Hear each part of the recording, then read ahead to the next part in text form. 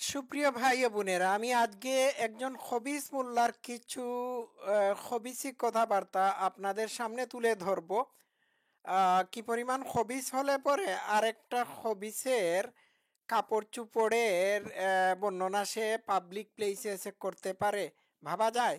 তাহলে শুনি তার খবিসি কথাবার্তা কি। আচ্ছা, এই হচ্ছে সে নবীজির খবিসি খাসলতের কথা বলতেছে। ঠিক আছে, শোনা যাক।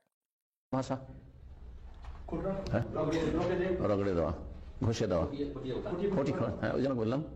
কি বলেছেন? আমি বললাম রগড়ে, রগড়ে দেওয়া, হ্যাঁ, খোঁচানো হ্যাঁ, হ্যাঁ, হ্যাঁ, হ্যাঁ, কি কি বলেন না এটাকে? খোঁচানো বলে। হ্যাঁ, জি। ঘুষিয়ে দিতেন, খুশিয়ে দিতেন, শুকিয়ে যেত, তখন কাঁচা জিনিস তো করা যাবে না। হ্যাঁ, কাঁচা জিনিস পাওয়া যাবে না, শুকিয়ে যেত। ঘষিয়ে দিতেন, কুচিয়ে দিতেন। হ্যাঁ, কি ঘষিয়ে দিতেন, কি কুচিয়ে দিতেন, কে কুচিয়ে দিত, পরক্ষণে শুনুন। শুকিয়ে যেত। আর বীর্য এত গাঢ় হইতো, বিশেষ করে যারা খেজুর খায়, খেজুর অত্যন্ত শক্তিশালী এই ক্ষেত্রে, তো বীর্য খুব গাঢ় হইতো। আর আচ্ছা, তো নবী মুহাম্মদের বীর্য এত বেশি গাঢ় হতো, হ্যাঁ, যে তার বীর্য বের হওয়ার সাথে সাথেই কাপড়ে আঠার মতো লেগে যেত। ভাই রে ভাই, কেউ আমারে মাইরা ফেলান, এত গাঢ় বীর্য যা আঠার মতো কাপড়ে লেগে যেত। তো নবী মুহাম্মদ যখন তার বিবিদেরকে লাগাইতেন, তখন বীর্য তো বিবিদের অন্দর মহলে চলে গিয়ে ওইখানে আঠার মতো লেগে যাওয়ার কথা ছিল। এইটা নবী মুহাম্মদের কাপড় চুপড়ে লাগে কি করে, আঠার মতো লেগে যায় কি করে? তাহলে নবী মুহাম্মদ ঢুকানোর আগেই কি তার মাল আউট হয়ে যেত, মাল মুবারক আউট হয়ে যেত, যার কারণে, হ্যাঁ, তার কাপড় চুপড়ে লেগে যেত? নাকি ঢুকানোর আগেই তার অকাল বীর্যপাত হতো, নাকি অকাল মৃত্যু হতো? বলেন তো দেখি, কি মুসিবত! আমরা তো বিয়ে শাদী করেছি, আমাদের তো বীর্য কোনোদিন আমাদের উরুতে লেগে আঠার মতো থেকে যায় নাই, অথবা আমাদের জাঙ্গিয়াতে লাগে নাই, বা প্যান্টে শার্টে লাগে নাই, হ্যাঁ, প্যান্টেও লাগে নাই, পাজামাতেও লাগে নাই। নবী মুহাম্মদের লাগতো কেন, আর আমাদের লাগে নাই কেন, বা আপনাদেরও লাগে না কেন? এর কারণ হচ্ছে নবী মুহাম্মদের মাল আগেই আউট হয়ে যেত, যার কারণে ওই বাইরেই লেগে থাকতো। এটা একটা অবশ্যম্ভাবী কারণ, বুঝলেন তো? অথবা ঢুকানোর আগেই আউট হয়ে যেত।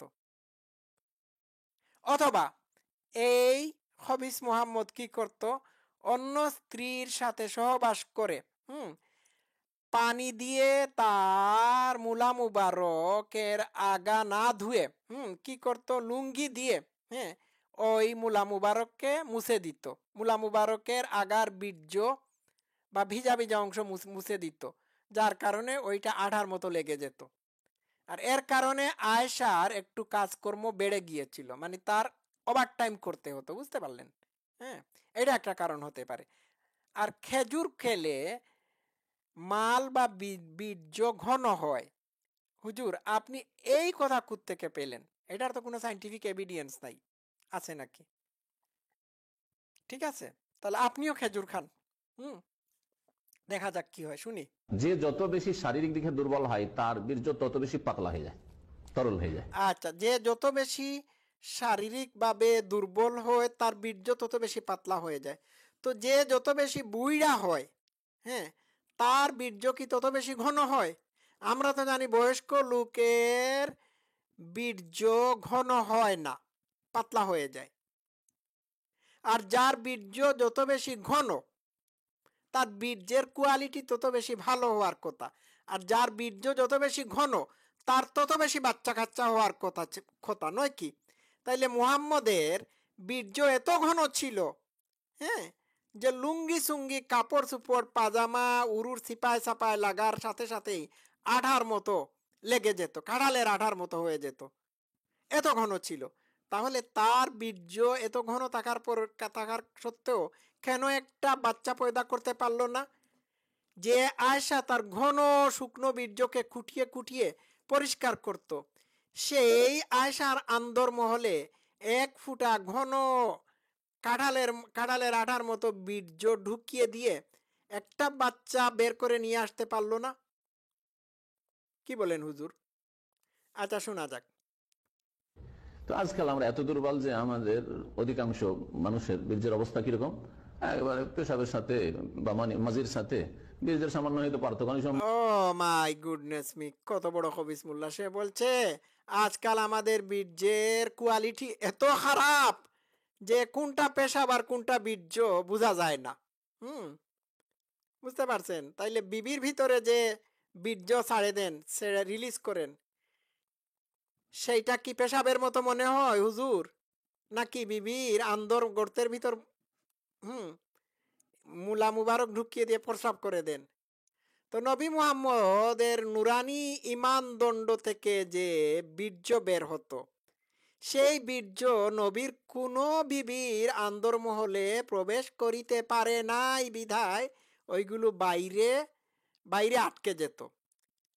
আর এমনও হতে পারে নবী মুহাম্মদ আয়েশার পেটে যাতে কোনো বাচ্চা না হয়, সেই কারণে এই নুরানি ইমানদণ্ড ঢুকিয়ে দিয়ে কাজ করার সময় মাল আউট হওয়ার আগেই বের করে নিতেন, যার কারণে তার লুঙ্গি সুঙ্গি কি হতো, ওই আঠালো বীর্যের দ্বারা কি হয়ে যেত, মানে একেবারে কর্দমাক্ত হয়ে যেত। মানে আঠালো বীর্য ওইখানে লেগে লুঙ্গিতে লেগে মানে একেবারে আটকে যেত, আর শুকালে তো আরো অবস্থা খারাপ হতো। এটা একটা কারণ হতে পারে। আমরা হাদিসে পাই নবী মুহাম্মদ সারা রাত 11টা বিবিকে লাগানোর পরে সকালবেলা উঠিয়া এক গোসলে ফজরের নামাজ পড়তো। তো যে মানুষটি বিবিদের সাথে এত ঘষাঘষি, কামড়া কামড়ি, ধস্তাধস্তি, খাট পালং ভাঙ্গা ভাঙ্গির এক্সারসাইজ করতো, তার তো বীর্য কোনো না কোনোভাবেই কাপড় চোপড়ে লেগেই যাবে, নয় কি? এটা একটা কারণ হতে পারে। আচ্ছা শোনা যাক। মাজি আর বীর্য মানিতে পার্থক্য করতে পারে না, কিন্তু বীর্য খুব গাঢ় হইতো, যার ফলে কাপড়ে লেগে গিয়ে শুকিয়ে গেলে সেটা যেমন কাশপোটা শুকিয়ে গেলে একেবারে দাগ হয়ে গাঢ় হয়ে বসে থাকে জমাট বাঁধা, ওই রকম জমাট বাঁধা অবস্থা থাকতো। তো জমাট বাঁধা। আচ্ছা, আপনি কি নবী মুহাম্মদের বীর্য কোনোদিন নিজের চোখে দেখেছেন? আপনি কি উনার মাল মুবারক বা বীর্য মুবারককে কোনোদিন দেখতে পেরেছেন হুজুর? হুম, আপনি কি দেখতে পেরেছেন? উত্তর দিন, আপনি কি দেখতে পেরেছেন? যদি না দেখতে পারেন তাহলে আপনি কেন এই সমস্ত উল্টাপাল্টা কথাবার্তা বলছেন? নাকি নবী মুহাম্মদ আপনার মুখ মুবারককে বীর্যপাত করেছিল? নাকি আপনার কাপড়ে সে মাল আউট করে দিয়েছিল, যার কারণে আপনি বলতেছেন নবী মুহাম্মদের বীর্য ছিল গাঢ় ঘন? আপনি কি করে জানলেন? বেটা মরছে 1400 বছর আগে, আপনি তার বীর্যর খবর কোত্থেকে পেলেন? আচ্ছা শুনি। অবস্থায় থাকলে সেটাকে ঘুষিয়ে দেওয়া, খচিয়ে দেওয়া, খটিয়ে খটিয়ে খটিয়ে উঠিয়ে দেওয়া, এটা যায়। তো এই কাজটি করতেন আয়েশা রাদিয়াল্লাহু তাআলা আনহা। ফারকান মানে সুন্দর করে আমি খটিয়ে দিতাম বা খচিয়ে দিতাম, ঘষে দিতাম, ফায়ুসাল্লিফি, আর তারপরে তাতেই তিনি সালাত আদায় করতেন, নামাজ পড়তেন। দেখছেন কত বড় খবিস!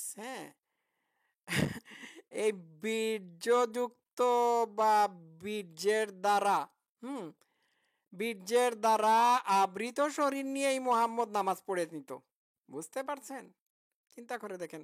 আর আয়েশা কেন খুঁচিয়ে খুঁচিয়ে নবী মুহাম্মদের বীর্যকে পরিষ্কার করবে? এগুলো কি আয়েশার বীর্য ছিল? এই বীর্যপাত কি আয়েশার কাপড়ে হয়েছিল?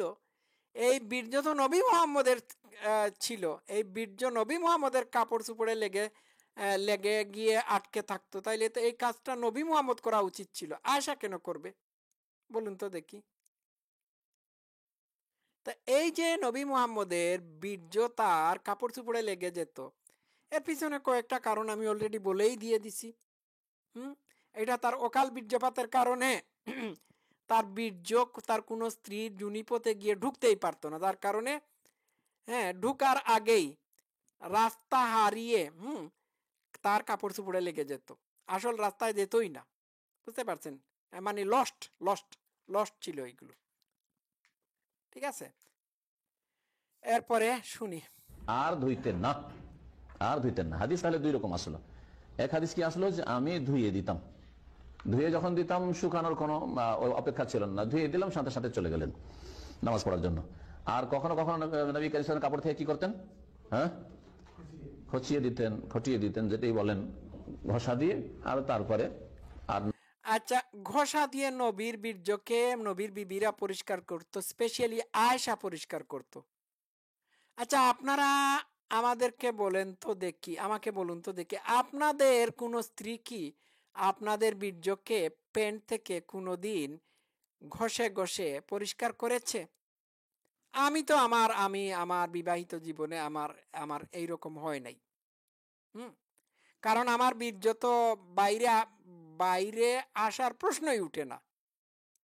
তাহলে নবী মোহাম্মদের বীর্যপাত বাইরে হয়, এর পিছনে কারণ কি? নবী মোহাম্মদকে হাত মারতো, এক্সট্রা কি সে হাতের কাজ করে মাল তার লুঙ্গিতে, হ্যাঁ, মানে রিলিজ করে দিত? এটা তো আমার কাছে মেক সেন্স করতেছে না। একজন সক্ষম পুরুষ যার বীর্য এত গাঢ়, এই বীর্য যে জায়গায় যাওয়ার কথা সেই জায়গায় যদি না গিয়ে পথ ভুলে, হ্যাঁ, লুঙ্গি সুঙ্গিতে আটকে যায়, তাহলে তো দেয়ার ইজ সামথিং রং। তার নুরানি ইমানদণ্ডের মধ্যে প্রবলেম ছিল। হ্যাঁ, ওইটা পথ হারিয়ে ফেলতো। বুঝলেন? এরপরে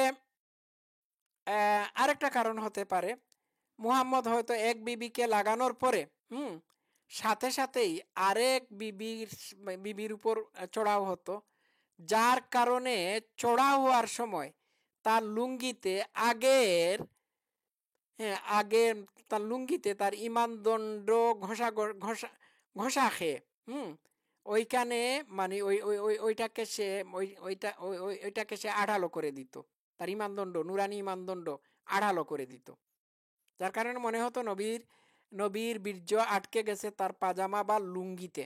ঠিক আছে, আচ্ছা শুনি তারপর।